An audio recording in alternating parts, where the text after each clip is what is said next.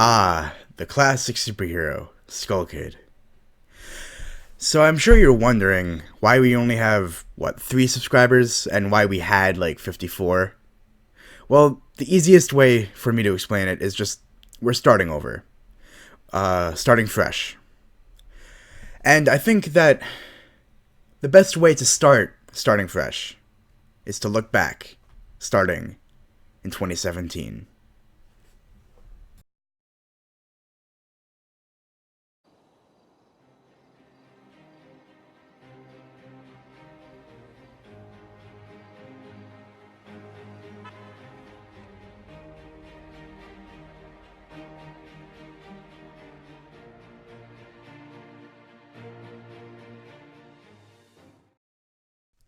The Rise of Utopian Shell, a series that wasn't really all that good in retrospect.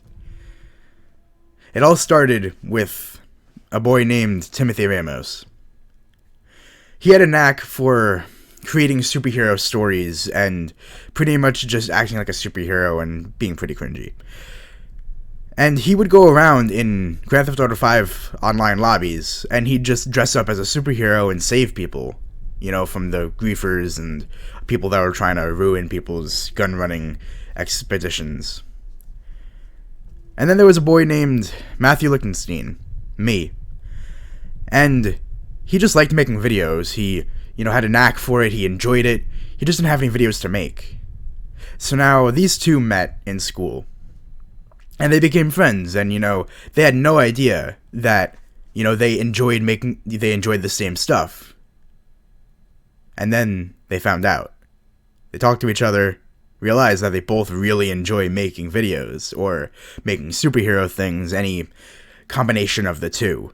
So they decided, let's make a series out of this.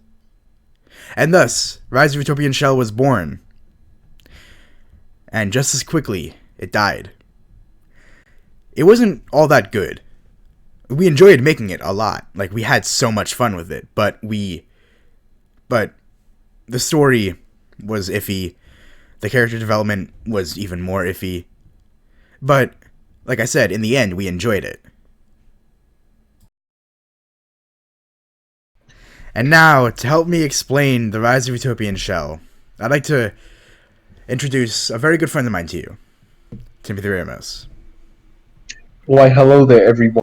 I probably sound terrible, but that doesn't matter right now. We're telling something beautiful. So, Rise of Utopian Shell, it was great. For what it was. Now it's just like it's terrible. It's like it's nasty, but it was a good thing while it lasted.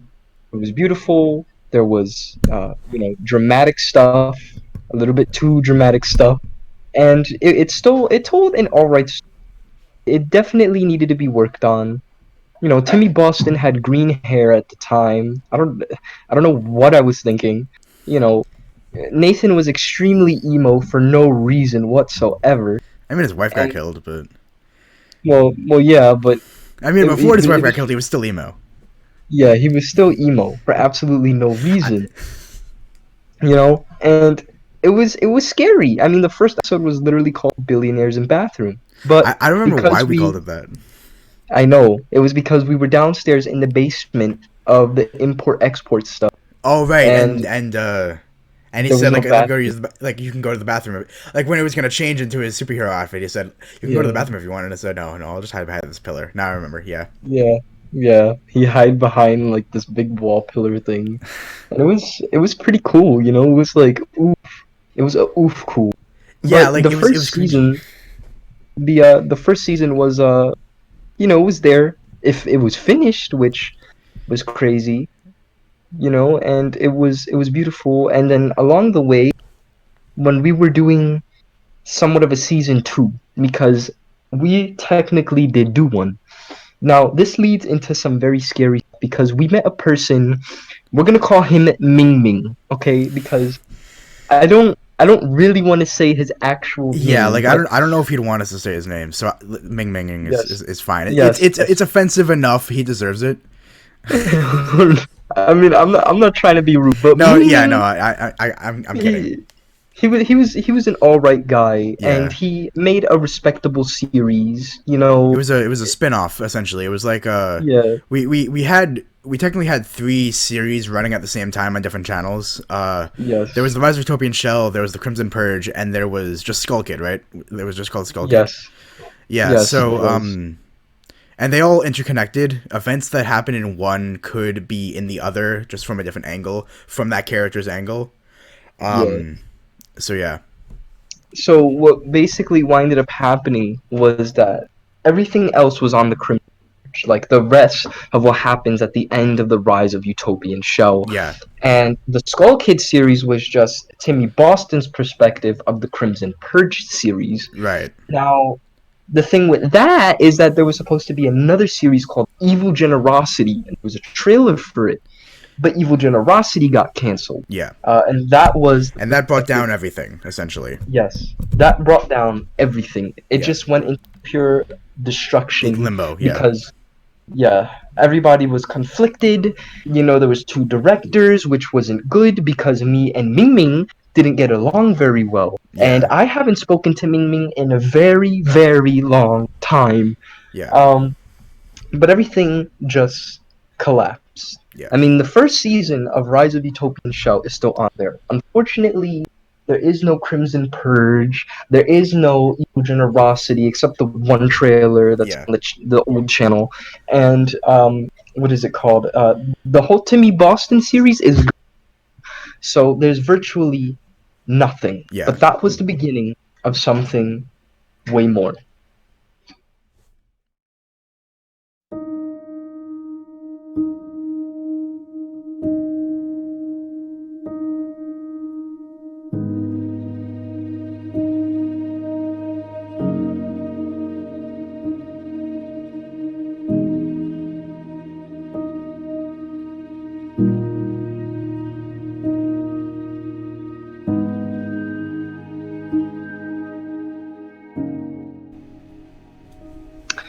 So we are here at this stage, which, by the way, was very special to us because after everything fell apart, it it grew into something bigger.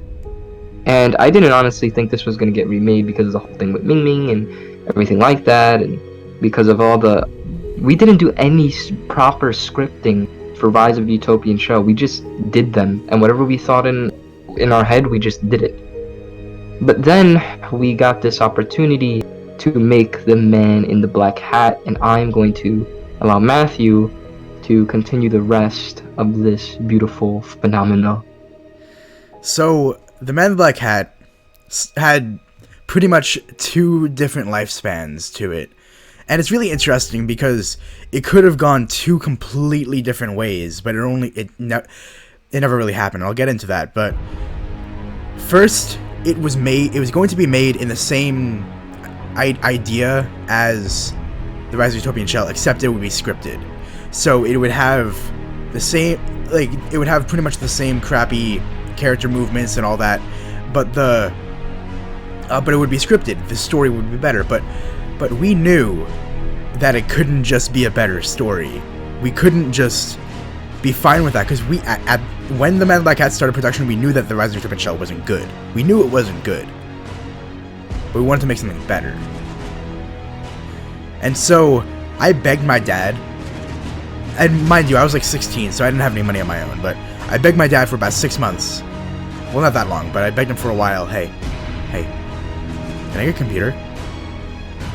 And all of a sudden, he bought me a gaming computer that at the time was really powerful, and everything blew up. The world expanded so much. There was so much we could do with GTA. There were mods. The camera wasn't stuck in a bubble. We could make something beautiful. And that's what we strive to do. We scripted it. It was long. It was dark. And then we started making it. And we were so happy that it was all coming together. And we spent so much time on that. The original release date was on my birthday. My my 17th birthday, August 22nd, 2018 was the initial release date, but then we ended up pushing it back to December of 2018. And then something changed. I think I'm going to let my friend Timothy explain this one. All right. So, long story short, the reason why the movie was never made and was canceled was my fault. Um, but the reason why, seriously, I didn't really want to work on the movie was because I had stuff going on in real life. My family was moving to a whole other state. I was trying to get used to my new environment and stuff like that. And I kind of fell into a little bit of depression. I was very angry for some reason at a lot of people. Um, and I think Matthew maybe have noticed that a little bit, but I couldn't tell if they could notice that because I tried to not really allow that to come out. But basically, what started happening, I started diving deep into subjects of death and like very In, crazy stuff. yeah, in the script, it started getting really really dark. Like I mentioned, it was dark, and Yeah, I think the driving force behind you wanting to cancel it, or at least remake it, which I misunderstood you. I thought you were just quitting entirely, but essentially, I think the driving force behind you wanting to change something or cancel it was the climax of the movie. oh yeah, In this version of the story, Nathan Rogers goes utterly insane and he shoots up a school. yeah, And yeah. and Ooh. like, I just want to put it out there where, like, me even saying that, we're not condoning any acts of violence at all. Just putting that Oh out yeah, there. we're not. But It was that was the story, because Nathan, we wanted, at the time, we wanted to express that he was going insane, that he was yeah, losing the very moral foundation that he existed in. So then, and that resulted, the result was him murdering children. And yeah. so, and again, not condoning any violence. So now I see that was bad, and like at the time I didn't think of it like that. Like I didn't think of it much, just because I like, me myself, I'm just impulsive. Not to get too much into it, but I didn't think of it like that. So now you wanted to either rescript it or cancel it, and Well, what I was originally planning was to quit entirely because, like I said, I started diving into some deep stuff. right.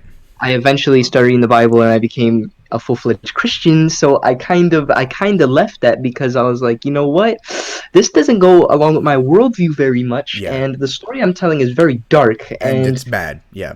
I made this guy shoot up a school, Matthew. Yeah, no, That's I bad. agree with you 100%. I agree that that's not okay. Yeah, Not like condoning any that violence. was Yeah, like the cinematography was getting better, yeah, but the story but was going down a deep dark hole. yeah, it was. So that was that. And now, after the Man in the Black Hat got canceled and PunchShot Productions went into limbo, which is the new channel, the channel that we made for the Man in the Black Hat. The Man in the Black Hat was going to be the debut film on PunchShot Productions. After the Man in the Black Hat hit the cutting room floor, we just, like everything stopped. PunchShot Productions went into limbo, and it was pretty much me.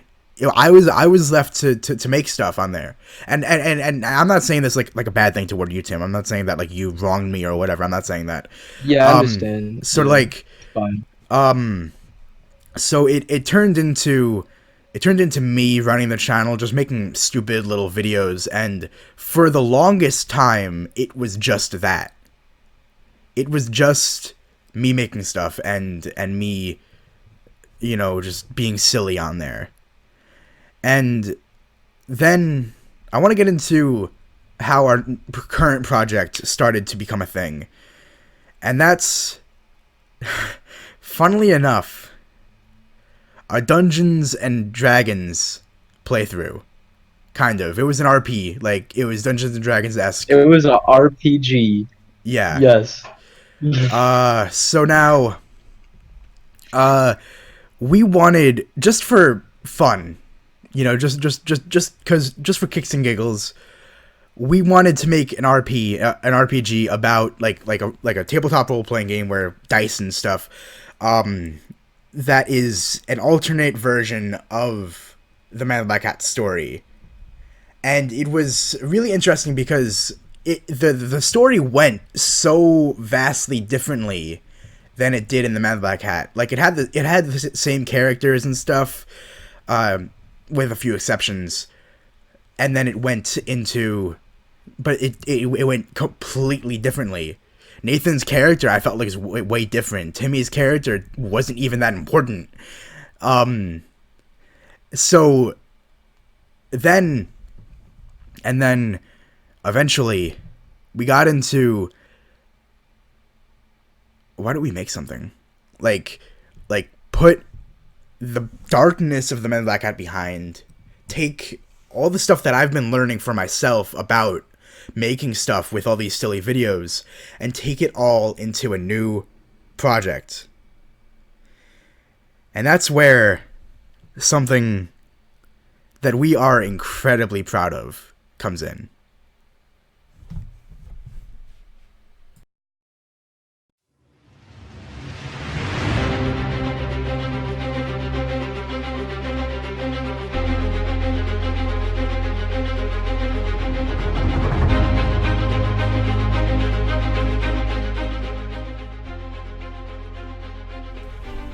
So, after the long failed cancel Man in the Black Hat movie, we transitioned to RPG game because, you know, at the time I thought, you know what, if I'm movie, might as well introduce them to the world of tabletop RPGs, because I was getting into them very heavily around this time, and I introduced Matthew to it, but another friend of mine, who I'm gonna call the DeLorean, because he probably doesn't want his name there, but you know, he loves the Mandalorian, so I'm calling him Mandalorian.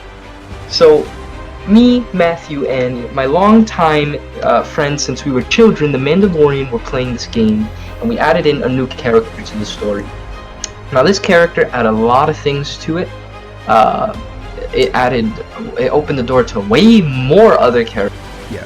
And then we were able to add in a new villain that fit the dynamic of Nathan's character, which gave him more life, gave him more depth, and gave him more of a mental battle. Yeah. But essentially, after we played this board game, I was thinking a lot.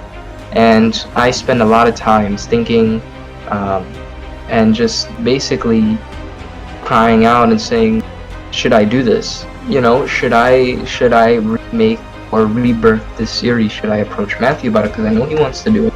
You know, I kind of want to do it, but I don't want it to be in a dark path. I want it to be emo. I just want to tell the story. That's it. A good director can take a movie, no matter how horrible it is, and turn it into something beautiful for the audience to enjoy. And I took a lot of inspiration at that time from the Spider-Man movies. I did take a lot of inspiration from Marvel, but I took a lot of inspiration from the Spider-Man movies because of the way the language was used.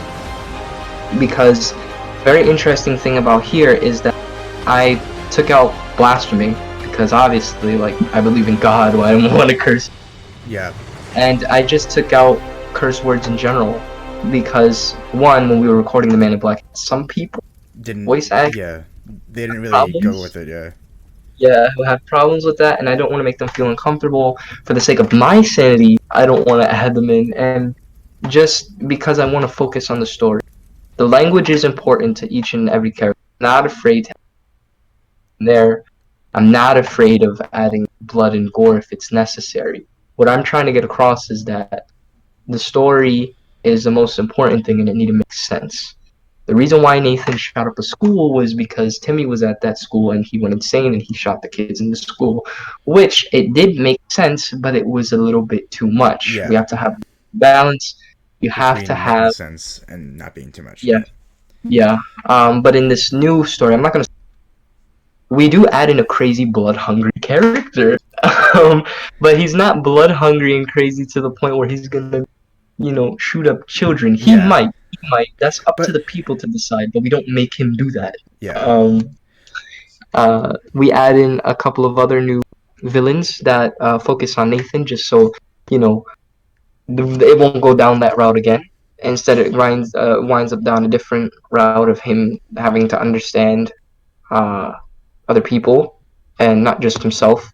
Because Nathan pretty much starts off as very a selfish. wannabe, yeah, very selfish wannabe 1940s family. That's basically what he wants, Yeah, but is not successful in achieving that. Um, so in this new series, it started off and it was good, but then we got into a little bit of an argument. Stuff got deleted, but then we yeah, got back. So it was a short break. yeah. So we're back, and that's why we have three subscribers now instead of 54. Yeah, So we're just starting fresh. I mean, honestly, like I'm kind of glad that we started over because yeah, it's just like it is what it is, you know. yeah. Um, Um, yeah. So you can expect the Lost Souls episode 1 to premiere on January 30th, or 2020, later, or or later. later, It depends. depending on the voice acting. Yeah, yeah. We do need voice actors. If you're watching this and you want to voice act, please, it would be great. We'll link our Discord and the casting call in the description. Yes, right now when you go to the casting call, you'll only see two roles, Yeah. only because we're We're focusing on focusing the on first one episode at episode. a time, one episode at a time.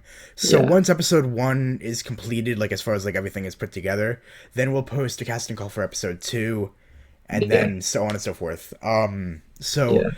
And the The reason other episodes, the other episodes. Sorry to cut you off, Matt. you're good. But just to let you guys know, the other episodes are already done. Yeah, They're completed. yeah. Um, they were deleted, but we got them back, so that's Somehow, all that some way. matters. Well, Yes. yeah, because in order to get better frames on my GTA, I hard reset my computer, and for Yeah. some reason it didn't delete everything on the D drive, which is where the episodes were saved. It just deleted everything on Yeah. the C drive, so I have no idea how that happened. But yeah, so we We got were lucky. working on this since December. So all Yeah, three episodes are recorded. We have sound effects. We have everything. yeah, We literally just the voice acting. yes. That's And it. So, should I tell them how long the episodes are? no, Okay. we'll wait Yeah, for them. You guys can see it when it comes out because yeah, it might be a little daunting. There are episode one is like kind of like a mini TV episode, but the next two episodes are the length of actual TV episodes, like yeah. the live. Like Yeah, they actually. they're the equivalent of if you were to watch like a 30-minute TV television without the commercials. So Yeah, because it's 22 minutes, 23 minutes of television and like 7 or 8 minutes of commercials. So yeah, think around that time, maybe like with a 5-minute like grace amount. yeah. So don't worry, everything's scripted. You're Yeah, talking about 3 years in the making yeah, of this. So you can trust what we're doing. that it's We gonna just be want to get good. a good story. Yeah, we want a good story for you guys. I do want to hint something a little though, Matthew. Okay. The series might not stay in GTA forever. I'm not gonna go into specifics on why that is, but if it happens, give me 1 year and I will give you guys something beautiful, and it won't be in GTA anymore, and the world will feel like its own. That's all I'm gonna say. So yeah, but for the foreseeable future, it is going to be in GTA. Yes. We Yes. will and up until we switch, it's gonna be continued to make. There isn't gonna be a long period of like nothing for this new medium. So Yeah. yeah. So thank you guys so much for sticking through this. Like, I don't know how long it's going to be, like half an hour. So thank you so much for sticking through this video. Thank you for sticking with us through these last 2-3 years. I don't know if you're new. Yes. If you're new, please subscribe. If you're old, you still gotta subscribe because it's a new channel. So thank you Yeah. guys so much for everything throughout the years. We really, really appreciate you guys so much, and We really do. We hope to continue giving you guys good content. Not like And please, not like the Rise of Utopian Shell. Good content. please don't forget to share the video. Yeah. Please. Share Please, we this beg video. Go into the channel. Share the trailer. Share the other videos I've been posting. I've been posting cinematic showcases just to give the channel some content. But remember, Yes. if you want to voice act, hit us up. If the first episode may come on January 30th. It may come a little bit into February. We're not sure. If it's delayed, we'll let you know with an update video just like this. Maybe shorter, probably a lot shorter. So thank you guys so much for everything. I can't stress it enough. I can't repeat myself enough. Thank you guys. And just, you guys are awesome. Keep doing what you're doing. Keep supporting us. We need it. So thank you so much.